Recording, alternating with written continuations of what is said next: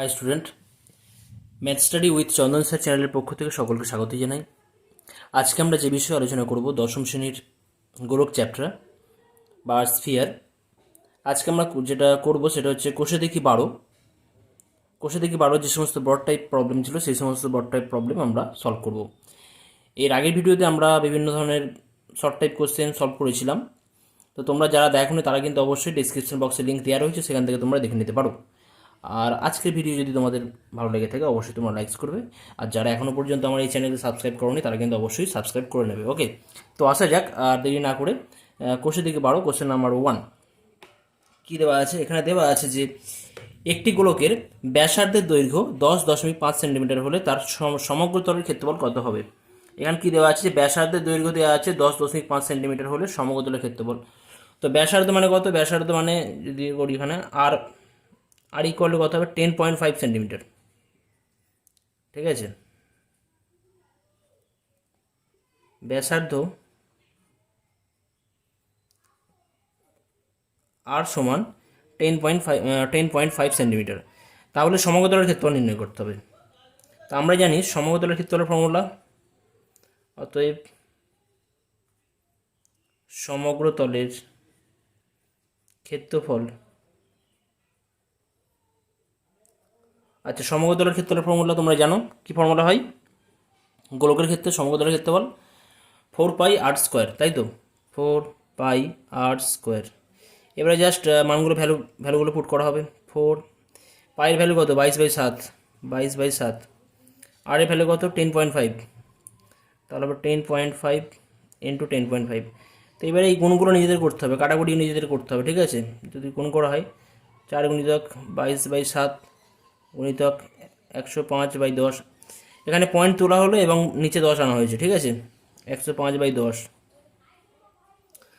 যদি এটা 7 দিয়ে আমরা যদি ক্যান্সেল করি 7 দিয়ে যাবে, 7 1 7, 3 5, 7 5 35, 15। ওকে, আর 5 দিয়ে কাটলে এটা 5 3 15, আর 5 2 10। ঠিক আছে, 5 দিয়ে কাটলে 5 2 10, 5 2 10, আর 5 দিয়ে কাটলে 5 2 10, 5 1 5। আচ্ছা, এবারে আছে 2 2 4, 4 কেটে যাচ্ছে, অর্থাৎ 22 গুণিতক 21 পড়ে থাকছে। 22 গুণিতক 21, আর 22 গুণিতক 21 করলে আমরা পাবো, সেক্ষেত্রে আমরা পাবো 462। আর তার সাথে যদি আমরা 3 দিয়ে গুণ করি, অর্থাৎ 22 গুণিতক 21 গুণিতক 3 করলে আমরা যেটা পাবো সেটা হচ্ছে 1386। গুণগুলো এটা পাবো, তোমরা চেক করে নেবে কেমন। তো এক্ষেত্রে আমরা অ্যান্সার হয়ে যাচ্ছে 1386, এত বর্গ সেমি।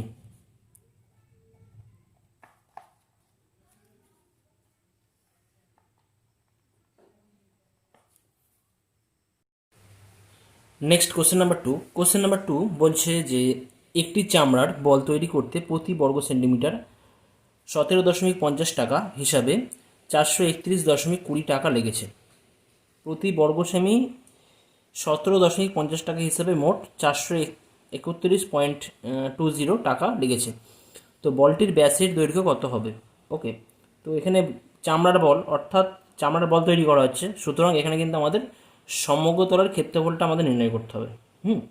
সেখান থেকে আমরা আর পেয়ে যাব। যদি এখানে মানে সমগ্র তলের ক্ষেত্রফল কত পাবো, এখান থেকে সমগ্র তলের ক্ষেত্রফল আমরা নির্ণয় করি, সমগ্র তলের ক্ষেত্রফল হবে, সমগ্র তলের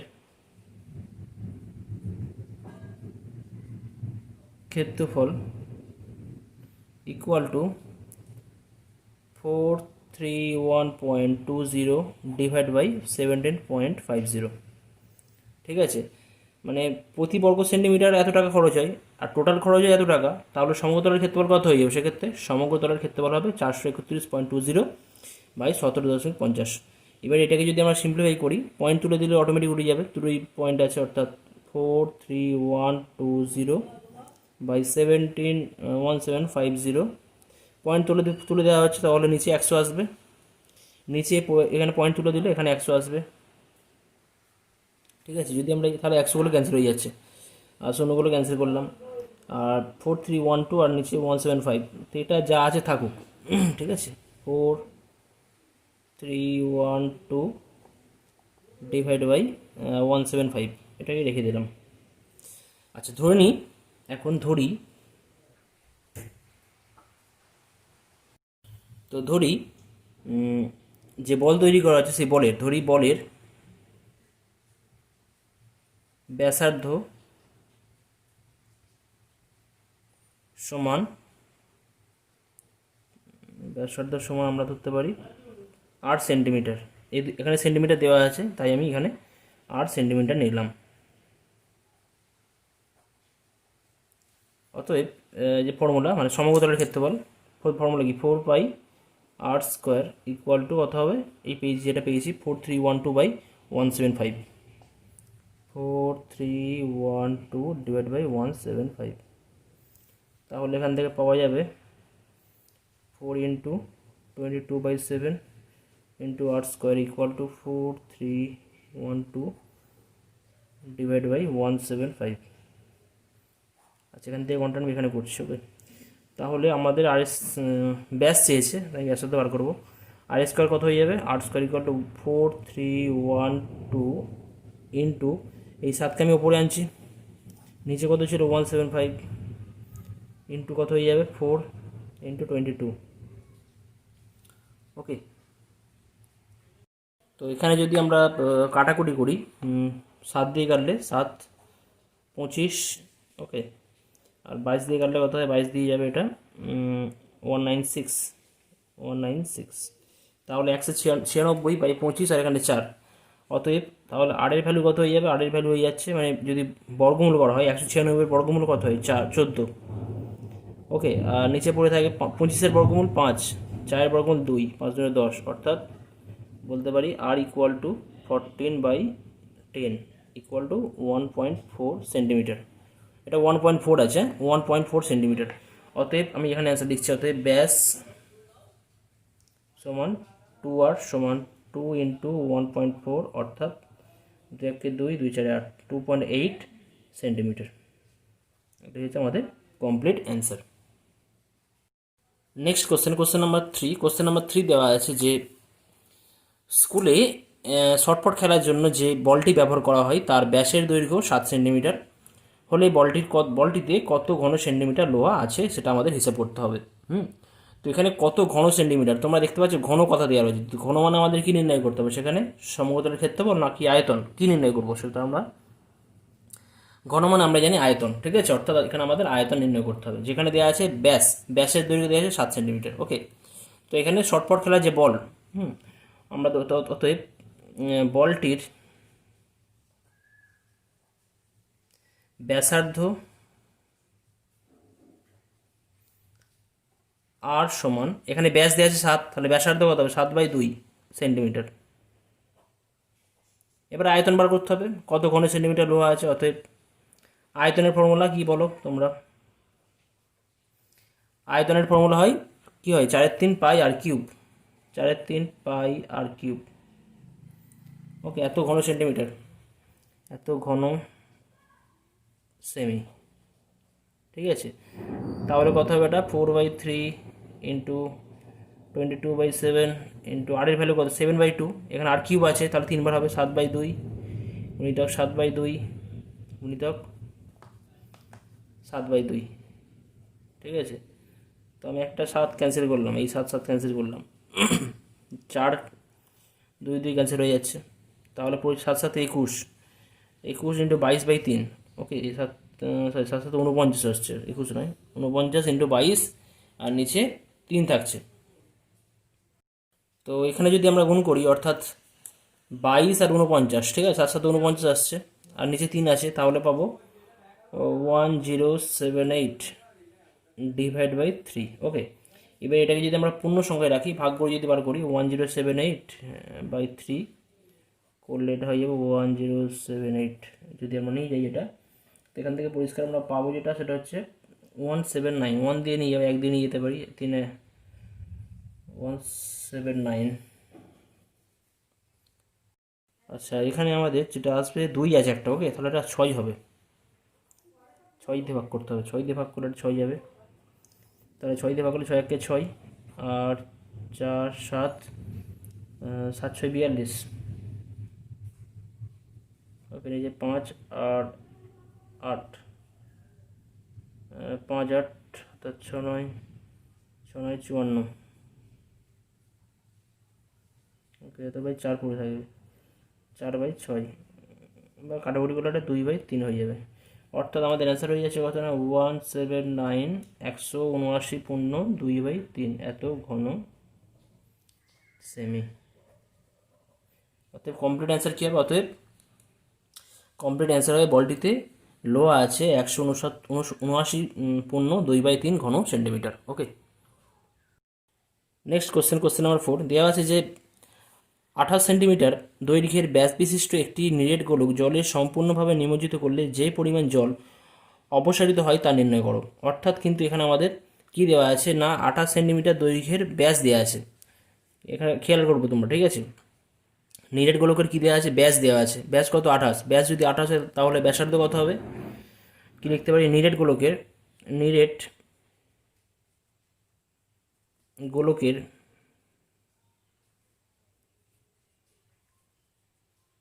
ব্যাসার্ধ আর সমান 28/2 সমান 14 সেন্টিমিটার। ঠিক আছে, বেশ। আচ্ছা, এখন বলা হয়েছে যে একটি জলে সম্পূর্ণভাবে নিমজ্জিত করলে যে পরিমাণ জল অপসারিত করবে। তো জলের আমরা কি জানি? কোনো আকার বা আয়তন তো আমরা ঠিকমতো জানি না, তাই না? আকার বা আকৃতি জানি না, কিন্তু জলের নির্দিষ্ট আয়তন রয়েছে। তো কী পরিমাণ জল, এখানে কিন্তু কী পরিমাণ অর্থে কিন্তু আমাদের জলের আয়তন নির্ণয় করতে হবে। জলের আয়তন মানে কী হবে? এখানে কিন্তু যে নিরেট গোলক জলের মধ্যে ডুবানো হয়েছিল বা সম্পূর্ণভাবে নিমজ্জিত করা হয়েছিল, সেই গোলকের এখানে কিন্তু আমাদের আয়তন নির্ণয় করতে হবে। ওকে, অতএব কী বলবো? গোলকের আয়তন হবে, গোলকের আয়তন ফর্মুলা কী হয়? 4/3 পাই আর কিউব এত ঘন সেমি। এককগুলো কিন্তু তোমরা অবশ্যই দেবে, একক মিস করবে না। সমান 4/3 ইন্টু 22/7 ইন্টু আরের ভ্যালু কত? আরের মান হচ্ছে এখানে 14, তা 14 গুণিতক 14 3বার আমরা লিখবো। ওকে, 7 দিয়ে ক্যান্সেল করলে 7 2 14। আচ্ছা, ওপরে 14 196 আর 4 2 8 22 পড়ে থাকছে, 22 গুণিতক 8 আর 96। তো যদি আমরা 22 গুণিতক 8 করি তখন হবে 8 2 16 6 হাতে 1 আর 2 16 17 176। তো 176 আর পড়ে থাকছে আমাদের নিচের দিকে 3 দিয়ে যাবে না, আর 14 196 196। তো এটা গুণ করলে তোমরা পাবে 34496। ওকে, অর্থাৎ পাবো 34496। এই গুণটা তোমরা নিজেরা করবে, কেমন? গুণটা করে দেখবে এটা ঠিক আছে কিনা। /3। আর যদি আমরা পূর্ণ সংখ্যা জানি, পূর্ণ সংখ্যা সেক্ষেত্রে আমাদের অ্যান্সার চলে আসবে এক্ষেত্রে 11498,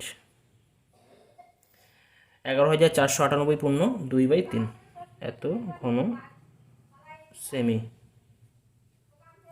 তাহলে আমরা এখান থেকে কি বলতে পারি যে কতটা পরিমাণ জল অপসারিত হবে? আমরা বলবো যে জল অপসারিত হবে, জল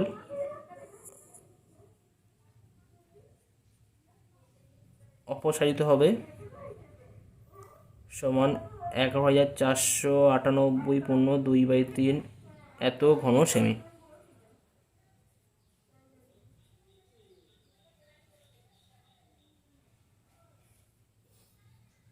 নেক্সট কোশ্চেন নাম্বার 5 বলা আছে যে কোনো গোলক আকারের গ্যাস বেলুন ফোলাবার সময় তার ব্যাসার্ধের দৈর্ঘ্য 7 সেন্টিমিটার থেকে 21 সেন্টিমিটার হলে বেলুনটির পূর্বের ও পরের সমতলের ক্ষেত্রফলের অনুপাত কত হবে সেটা আমাদের নির্ণয় করতে হবে। তো এখানে একটা বেলুনের কথা বলা আছে, বেলুনটা কিন্তু আকার হচ্ছে গোলাক আকার বা গোলকের টাইপের, ঠিক আছে? তো প্রথম প্রাথমিক অবস্থায় বেলুনের যে যদি বেলুনটাকে যদি এভাবে করি, তো প্রাথমিক অবস্থায় ব্যাসার্ধ ছিল আমাদের, ব্যাসার্ধ দৈর্ঘ্য 7 সেন্টিমিটার, এটা 7। আর যখন ফোলানো হয়ে গেছে, আরও বেশি করে ফোলানো হয়েছে, তখন তার ব্যাসার্ধ দৈর্ঘ্য হয়ে গেছে কত না 21 সেন্টিমিটার। তো এখানে বলা হয়েছে পূর্বের ও পরের সমতলের ক্ষেত্রফলের অনুপাত কত হবে? পূর্বের এবং পরের সমতলের ক্ষেত্রফল, এটা পূর্ব, এটা পরের। তো পূর্বের গোলক আমরা লিখি, পূর্বের গোলকের পূর্বের গোলকাকার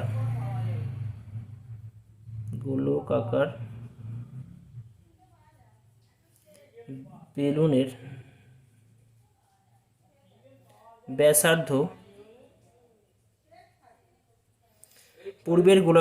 ব্যাসার্ধ সমান 7 সেন্টিমিটার এবং পরের গোলকাকার বেলুনের ব্যাসার্ধ সমান কত হবে 21 সেন্টিমিটার বলা আছে। এখন কি বলা আছে যে সমতলের ক্ষেত্রফল অনুপাত, অতএব পূর্বের ও পরের গোলাকার বেলুনের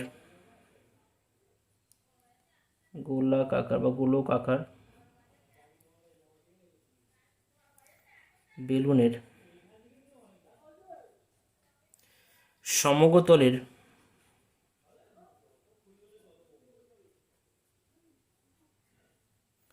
ক্ষেত্রফলের অনুপাত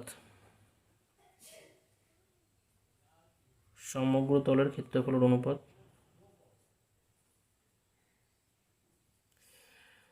পূর্বের ক্ষেত্রে কিন্তু ব্যাসার্ধ 8 ছিল, আর সমগ্র তলের ক্ষেত্রফলের ফর্মুলা কি হয় 4 পাই আর স্কোয়ার, তাহলে হবে 4 পাই আর স্কোয়ার মিনস কত এখানে 7 স্কোয়ার ইস টু, তারপর হবে 4 পাই পরের কত আছে 21, তাহলে 4 পাই ইন্টু 21 স্কোয়ার।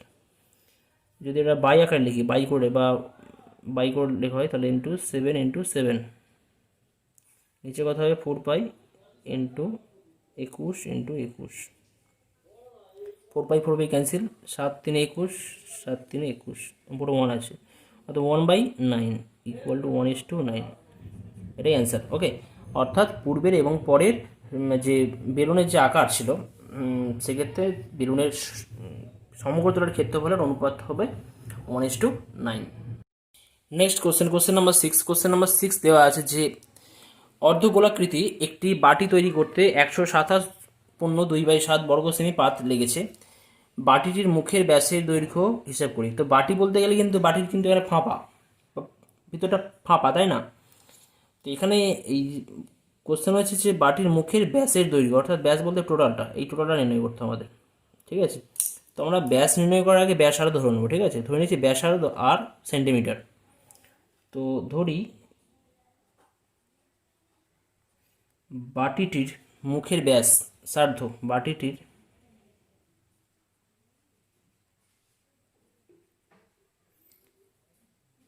মুখের ব্যাসার্ধ সমান 8 সেন্টিমিটার, ঠিক আছে? তো এখন কিন্তু সমতল বলতে গেলে কিন্তু ওপরের যে সমতল সেই সমতলটা কিন্তু বাদ, কারণ ফাঁপা রয়েছে যে, তাহলে কিন্তু এখানে আমাদের তাহলে প্রশ্নানুসারে আমরা কি বলবো, প্রশ্নানুসারে এখানে আমাদের সমতলের সমতল বলতে গেলে এখানে কিন্তু বক্রতলটা শুধু নেওয়া হবে, শুধুমাত্র বক্রতলকে আমরা কনসিডার করব। ওকে, তো বক্রতলের ক্ষেত্রফল কত হবে না 2 পাই আর স্কোয়ার ইকুয়াল টু দেওয়া আছে কত 127.2/7, ঠিক আছে? তাহলে এখান থেকে যদি আমরা ক্যালকুলেশন করি 2 ইন্টু 22/7 ইন্টু আর স্কোয়ার, আচ্ছা এটাকে যদি আমরা ব্রেক করলে 889, ওকে 889 আর প্লাস 2/7, এটা করলে পাওয়া যাচ্ছে তাহলে 891 ডিভাইড/7। তো এবার আমরা আর স্কোয়ার ভ্যালু নির্ণয় করবো, আর স্কোয়ার ইকুয়াল হয়ে যাচ্ছে 891 ইন্টু এই 7টা উপর উঠে যাবে 7, নিচে 7 আগে থেকে ছিল, গুণিতক 2 গুণিতক 22, ঠিক আছে? 7 ক্যান্সেল হয়ে যাচ্ছে, 11 2 22 আর 11 দিয়ে ক্যান্সেল করলে 11 8 88 আর 1 পড়ে থাকছে, 11 1 11, তো 81/4 পড়ে থাকছে। ওকে, তাহলে এখানে আর এর মান কত হয়ে যাবে, আর ইকুয়াল টু 81 বর্গমূল কত হয় 9, আর 2 দিয়ে 4 বর্গমূল 2 হবে, 9/2। অতএব বাটিটির মুখের ব্যাসের দৈর্ঘ্য, বাটিটির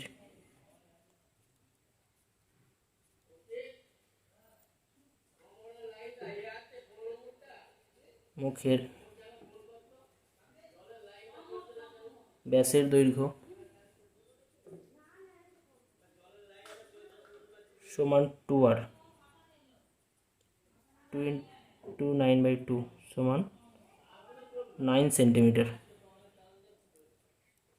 অর্থাৎ বাড়িটির মুখের ব্যাসের দৈর্ঘ্য হবে 9 সেন্টিমিটার।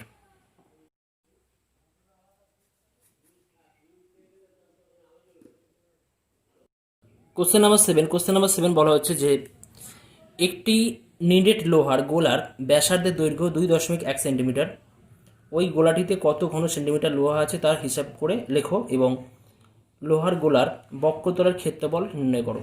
তো এখানে গোলা বলতে গেলে গোলা কিন্তু গোলাকৃতি বা গোলকের নাই, তো সেক্ষেত্রে গোলকের এখানে আমাদের ব্যাসার্ধের দৈর্ঘ্য দেওয়া রয়েছে, ঠিক আছে। গোলার লোহার নিডেড লোহা দেওয়া রয়েছে, নিডেড লোহার গোলার ব্যাসার্ধ দৈর্ঘ্য, তো গোলার বলতে পারি গোলার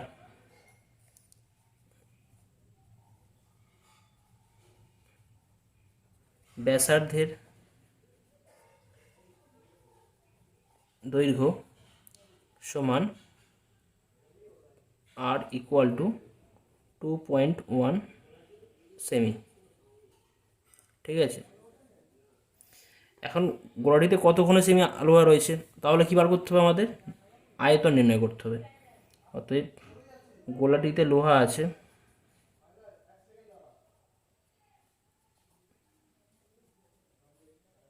গোলাটিতে লোহা আছে সমান আয়তনের ফর্মুলা কী হয়, 4/3 πr3 এত ঘন সেমি, তাহলে হয়ে যাবে এটা 4/3 গুণিতক 22/7 গুণিতক আর এর মান কত 2.1 ইন্টু 2.1 ইন্টু 2.1 অর্থাৎ 4/3 ইন্টু 22/7, যদি পয়েন্ট তুলে দেওয়া হয় তাহলে নিচে একটা করে 10 আসবে, 21/10, ঠিক আছে। তাহলে এই জায়গা থেকে যদি আমরা ক্যান্সেল করি 7 × 3 = 21, 3 3 ক্যান্সেল হয়ে যাচ্ছে, ওকে। আর 2 দিয়ে কাটলে 22 4 88, আর 21 হয় আমরা জানি 441, ঠিক আছে। 21 করলে 441 আর 22 88, এখানে যদি আমরা 88 দিয়ে গুণ করি, 88 দিয়ে 441 গুণ করলে, তো এই গুণটা তোমরা নিজেরা করবে, করে দেখবে অ্যান্সার তোমরা এটা পাবে 38808, ওকে। তাহলে পাওয়া যাচ্ছে 38808 ডিভাইড বাই 3টে শূন্য আছে 1 2 3, তাহলে হবে 38.808 এত ঘন সেমি।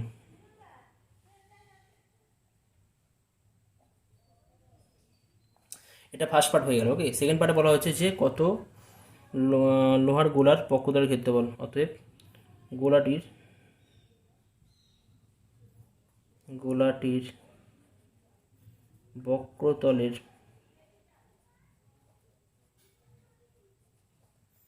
ক্ষেত্রফল সমান হয় ফর্মুলা 4πr²,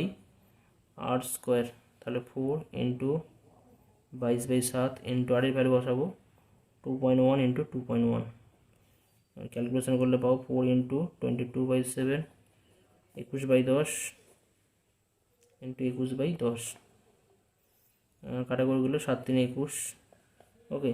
তাহলে 22 4 কত হয় 88, আর 21 3 63 63, এটা গুণ করলে তোমরা পাওয়া যাবে 5544, চেক করে দেখবে তোমরা, ঠিক আছে। তাহলে হয়ে যাচ্ছে কত হয়ে যাচ্ছে, আমি এটা এখানে লিখছি 5544 ডিভাইড বাই 100, তাহলে হয়ে যাবে 55.44 এত সেন্টিমিটার স্কোয়ার বা বর্গ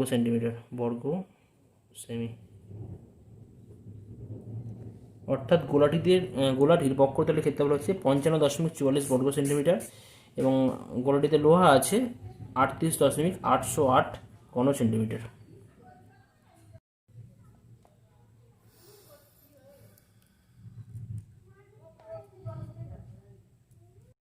নেক্সট কোশ্চেন নাম্বার 8 বলা আছে যে এখানে একটি নিরেট সিসার গোলকের ব্যাসের দৈর্ঘ্য 14 সেন্টিমিটার। এই গোলকটি গলিয়ে 3.5 সেন্টিমিটার দৈর্ঘ্যের ব্যাসার্ধের কতগুলি নিরেট গোলক তৈরি করা যাবে, হিসাব করো।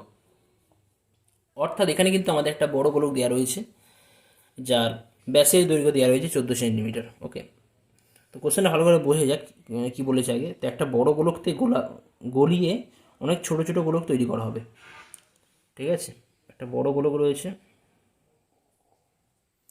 যার ব্যাস দেওয়া আছে কত, 14, তাহলে ব্যাসার্ধ কত হবে, 7। তো এইখান থেকে এটাকে গলিয়ে অনেক ছোট ছোট গোলক তৈরি করে, ছোট ছোট গোলক কতগুলো গোলক তৈরি করা হবে সেটা আমরা জানি না, সেটা আমাদের নির্ণয় করতে হবে কতগুলি নিরেট গোলক তৈরি করা যাবে। কিন্তু প্রতিটা নিরেট গোলকের ব্যাসার্ধ বলা আছে 3.5, 3.5 দেওয়া আছে, 3.5 সেন্টিমিটার।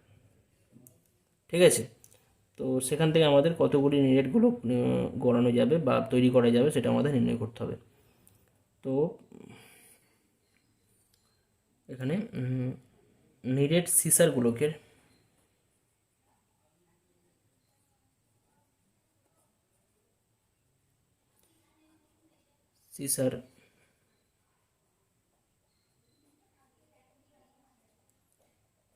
সিসার গোলকের ব্যাসার্ধ সমান 14 ছিল ব্যাস, তাহলে ব্যাসার্ধ হবে 14/2 সমান 7 সেন্টিমিটার। অতএব নিরেট সিসার গোলকের আয়তন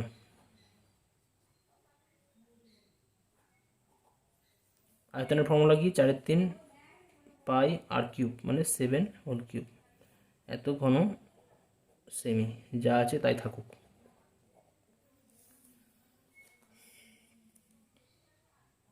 আচ্ছা, এখন যে ছোট গোলক যেগুলো তৈরি করা হবে তাদের প্রত্যেকের ব্যাসার্ধের দৈর্ঘ্য দেওয়া আছে 3.5। অতএব প্রতিটি ছোট নিরেট গোলকের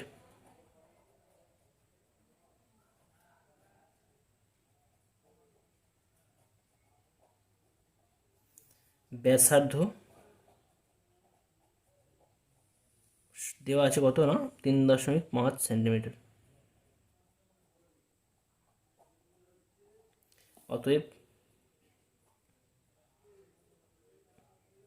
আয়তন কত হবে না, 4/3 πr³ r³ মানে 3.5 তার হোল কিউব, এত ঘন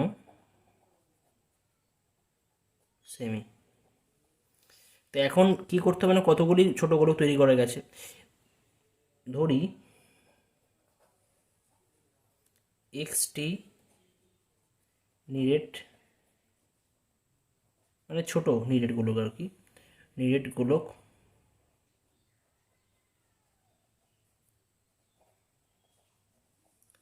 তৈরি করা যাবে।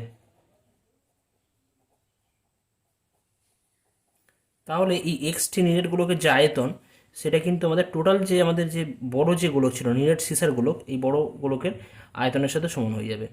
তো একটা নিরেট গোলকের আয়তন কত, এইটা, তাহলে এক্সটির জন্য কত হবে না, এক্স গুণিতক এত। অতএব শর্তানুসারে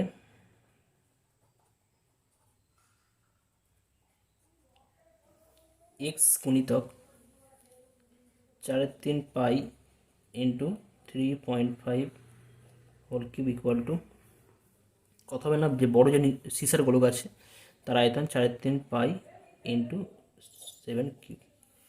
তো বোথ সাইড 4/3 ক্যান্সেল হয়ে যাচ্ছে, তাহলে এক্স ইকুয়াল টু কত হয়ে যাচ্ছে না, 7³/3.5 তার হোল কিউব।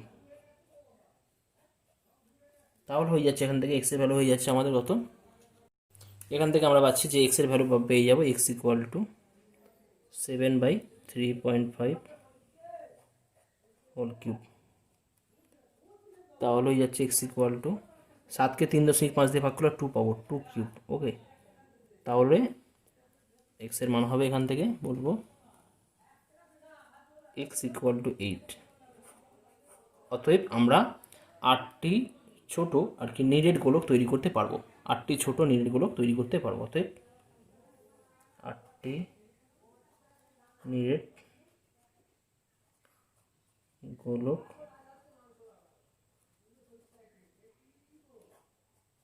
তৈরি করা যাবে। ওকে, তো আমরা এই আজকের এই ভিডিওতে কোশ্চেন নাম্বার 8 পর্যন্ত সলভ করলাম। পরবর্তী ভিডিওতে এখান থেকে আবার কন্টিনিউ করা হবে। ওকে, থ্যাংক ইউ।